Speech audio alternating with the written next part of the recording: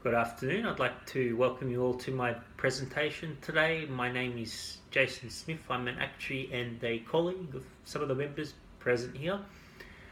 And in the next 10 minutes, we will find out what rights issues are, as well as their impacts on the investment portfolio. And I'm happy to take questions during the presentation as well as at the end. And before I begin, I wanted to check that everybody can see the slides okay, they can hear me okay. Great. So, we'll discuss what rights issues are, and then we will discuss why they are offered, which will then give us some context to decide on what the members can do, given that the company tribunal has just provided this rights issue to them. And then I'll discuss the potential impacts on the investment portfolio if the members decide to go with the rights issue. So first of all, a rights issue is a way for a company to offer shares to existing shareholders, and this is usually done at a discount. So the shares are offered at a price which is lower than the price they are being traded at on the stock exchange. And the amount of shares that are offered are in proportion to the number of shares the shareholders currently hold with the company. And there's a time frame in which the shareholders must specify that they wish to subscribe to the issue, so to purchase these shares from the company. And if the existing shareholders decide to not purchase these shares, then the company then is able to sell these shares to the public, so share the shares with the public. Now, why do they do this? So a company may find at some point that it needs more money, and borrowing is expensive, whereas offering shares to the shareholders provides money to the company, and they don't have to pay anybody back. So of course they pay dividends, but they don't have to pay these dividends. So it's a form of gaining more funds at a much lower cost than if you needed to borrow at the bank. And the company will do this for many different reasons. One could be an investment in new projects that they'd want to take up and they don't have the funds for currently. They could do this to pay off some borrowings or certain costs that they may have. They could offer shares because they want to purchase a competitor. So, many different reasons that the company would want to offer shares to then have this extra money to use. And before I continue, I just wanted to check if that was all clear, the concepts were clear. Okay, great. So now we'll discuss the options available to the members. So we have our tribunal share offer provided, and of course the members do not have to do anything. We don't have to subscribe to the shares. We can just ignore the letters and nothing will happen. The one downside to not subscribing in this share offer is that the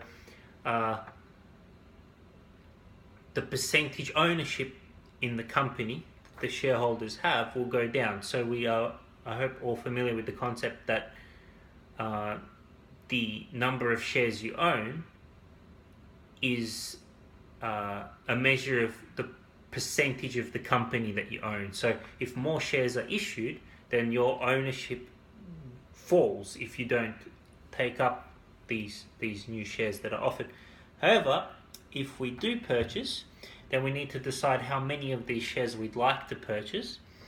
And in this case, I've read that we will receive 2 shares for every 5 shares held, So once we decide how many shares we'd like, we will need to gather the money to purchase these shares, and they're currently offered at 120 pence per share. And then we just reply back to the company to say that we wish to purchase these shares, provide the funds, and then we will own these shares. So basically it means that our pool of shares will grow, although our percentage ownership in the company will stay the same, provided we subscribe to the full amount of shares offered. And now, what effect will this have? So the performance of the fund will be more dependent on Triagonal, because more shares are held in Triagonal, and therefore the weighting of the fund will be more heavily skewed towards the performance of Triagonal's shares. And now the shares are offered at a discount to the market price, which means we may actually basically make a profit on subscribing to these shares. So if the share price falls after the shares are created and allotted to the different shareholders, and if it falls by an amount that's higher than, if it falls by an amount that ends up making the share more expensive than this 120 pennies that was the price that was offered, then we will make a profit. However, if it falls further below that 120 penny price that we're offered the shares, then of course we will make a loss. And the fall in the share price depends on how many shares are offered relative to the total number of shares that the company has on offer. So if it has a huge base of shares, many millions, but only 50 shares are offered, then of course the share price drop will be a lot lower. And this is because the share price falls because the more shares that are on offer, the more the amount of dividend the company has to offer the shareholders has to be divided, which means that holding one share will provide you with a lower dividend income than if a rights issue didn't occur. So in summary, a rights issue is an offer to existing shareholders to purchase more shares, and this offer is at a discount to the market price, and there's usually a time period in which the shareholder must decide if they want to purchase or not, or subscribe to the share offer or not. And it may or may not be favorable to your investment portfolio. You may not want to have a higher concentration in a particular type of stock. The upside is you may make a profit, and the reason why companies do this is because they need more money. They have some new investment project that they wish to buy, and it's important to try to understand why they need this money, to have an idea whether they're using this extra money for a good reason or not.